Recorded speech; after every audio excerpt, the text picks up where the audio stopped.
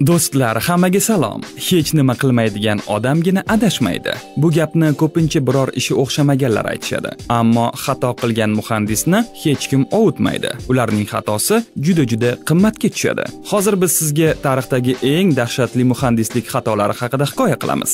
Ammo oldin kanalga a'zo bo'lish va like esdan chiqmasin. Shunda trenddan tushib qolmaysiz. Ketdik.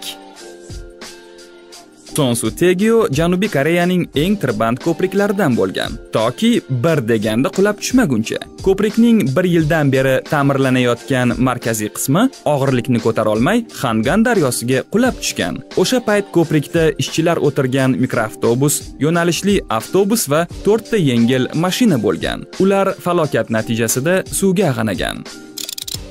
Tayvanda ko'prik qo'qqisdan qulab tushdi. Konstruksiya ancha yangi edi. Ko'prikni atigi 20 yil oldin qurishgandi. Qulash paytida uning ostidan indoneziyalik baliqchilar o'tirgan kema suzib o'tayotgandi. 2 kishi jarohatlandi. Shanxayda 13 qavatlik uy quladi, ammo unga zarar yetmadi. Yaxshiki, u oxirigacha qurib bitirilmagandi. Shu sabab unda yashovchilar yo'q edi va hech kim jabr ko'rmadi. Ammo u nega qo'qqisdan quladi? Javob birdaniga topilmadi. Dastlab yer osti garaji deb o'ylashdi, ammo keyin ma'lum bo'ldiki, uy poydevori daryoning qumli joyida joylashgan ekan. Kuchli toshqinlar qumni yuvib tashlagan. Aynan shu qulashga sabab bo'lgan. Hindenburg dirijablini osmondagi Titanik deyshadi. U mashhur kemadan ko'ra ancha taniqsiz. Titanik davrining eng ulkan kemasi. Hindenburg taqdir ayanchli sovg'a tayyorlagan shunchaki ulkan dirijabl. 1937-yilgi dahshatli halokat natijasida 36 kishi hayotdan ko'z yumgan. 13 ta yo'lovchi, 22 ta ekipaj a'zolari va bitta yerdagi ishchi. Po'lat sim uzilib ketib, ballonlar yorilib ketgan va vodorod havoga chiqib ketgan. Dirijabl sirtidagi elektr simlarining yaxshi emasligi tufayli qisqa tutashuv chiqqan va natijada chiqqan uchqun yonuvchan gazni alangalatib yuborgan. Dirijabl atigi 34 soniyada butkul yonib bitgan va shundan beri bu transportni ishlatmay qo'yishgan. Three Mile Island AESdagi halokatni Amerika Chernobili deb atashadi, ammo u Chernobyldan 7 yil oldin yuz bergan. Avariyaga birinchi sabab nasoslarning buzilishi bo'lgan. Holatni o'rganish uzoq cho'zilgan. Barcha aybdorlar jazolangan. Ammo bu halokatni Chernobil bilan hatto taqqoslab ham bo'lmaydi. Atom elektrostansiyasi atrofida yashovchi odamlar olgan nurlanish darajasi fluorografiya nurlanishidan yuqori bo'lmagan. Shunga qaramay, hukumat aholini ogohlantirib radioaktiv nurlanish tarqalgan hududni tark etishni so'ragan. Walkie-talkie. Bu Londondagi Ratse ko'rinishidagi osmono'par bino bo'lib, u ajoyib usulda mashinalarni tuta oladi.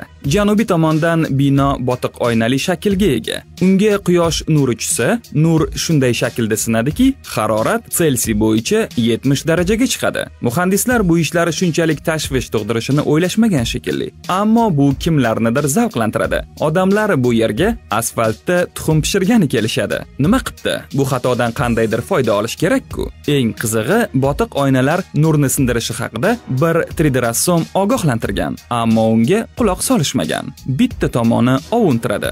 Bino bunday dahshatli kuchini yilda bir necha marotabagina quyosh osmonda ma'lum nuqtaga kelgandagina namoyish qiladi. Hatto NASA muhandislari ham ba'zan adashadi.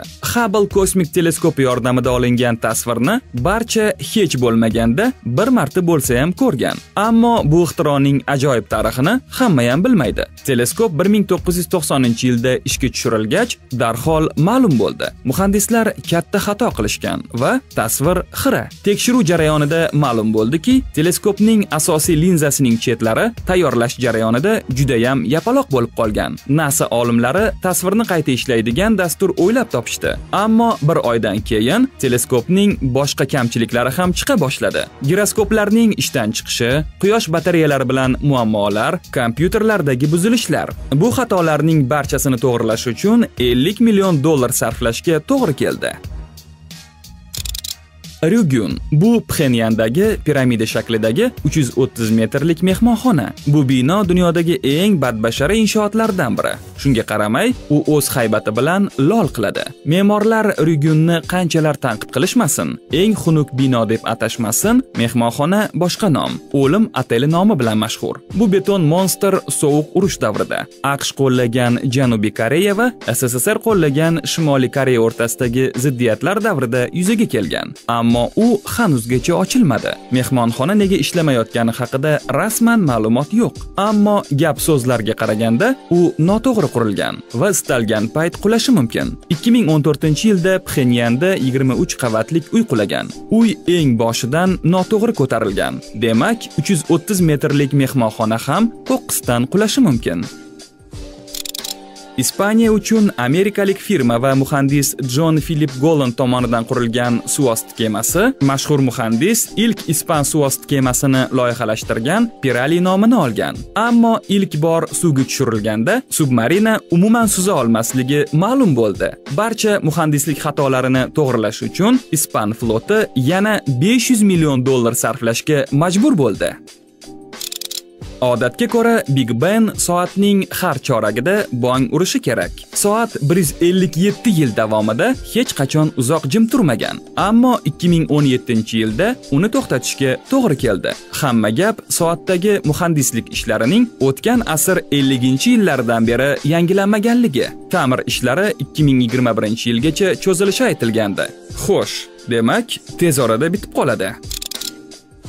Baltic Ice kemasi Belgiyadan Finlandiyaga mashinalar tashiyotgandi. Ammo Kipr konteyner tashuvchisi bilan to'qnashib ketdi. Falokat Saxalin qirg'oqlarida yuz berdi. Kuchli to'lqinlar sabab ekipajni vaqtida evakuatsiya qilishga ulgurishmadi. Natijada 100 tacha odam kasalxonaga tushdi. 11 ta odam bedarak ketdi. 25 ta inson halok bo'ldi. Boya NASA muhandislarining Hubble teleskopi chizmalarida qanday qo'pol xatolar qilganini aytib o'tdik. Ammo Mars iqlimini o'rganishga mo'ljallangan Mars Climate Orbiter apparatining yo'qotilishi ularga yanada qimmatga tushdi. Muhandislar hisobi sabab uchirilgandan 2 oy o'tib, ish boshlash o'rniga apparat Marsning ortiga uchib ketdi va qaytib signal bermadi. $193 million shunchaki shamolga uchdi. Qanaqa shamol? Shunchaki galaktikalar aro sayohatga shunchaki sochib yuborildi. Muhandisning ishi oson emas. Uning yelkasida ulkan mas'uliyat bor. Xato natijasida esa odamlar jabrlanishi mumkin. Ammo eng qiyini, ular fizika qonuniga bo'ysunishdan tashqari nima xohlashini aniq biladigan va aytganini qildiradigan diktatorning istagini bajarish. Shubhasiz, Ruminiya parlament saroyi Buxarestning eng mashhur binosi. Bu Yevropadagi eng katta ma'muriy bino. U 350 ming kvadrat metr maydonni egallagan. Bu muhandislik mo'jizasini yaratish uchun 20 mingta odam 3 ta smenada kuniga 24 soatdan bir necha yil davomida mehnat qilgan. Ularga ba'zan askarlar yordam bergan. Bu ulkan binoni qurish uchun ko'plab uy-joylarni buzishgan, yuzlab oilalarni ko'chirishgan. Ammo diktatorni bu bezovta qilmagan. Chaushesku jarayonni shaxsan o'zi nazorat qilgan va muhandislarga o'zi ko'rsatma bergan. Qurilish 1989-yil tugagan bo'lishiga qaramay, saroyda hanuzgacha bitmagan ishlari bor. Shu bilan videoga nuqta aziz do'stlar. Video yoqqan bo'lsa, bitta like va albatta obuna. Salomat bo'ling.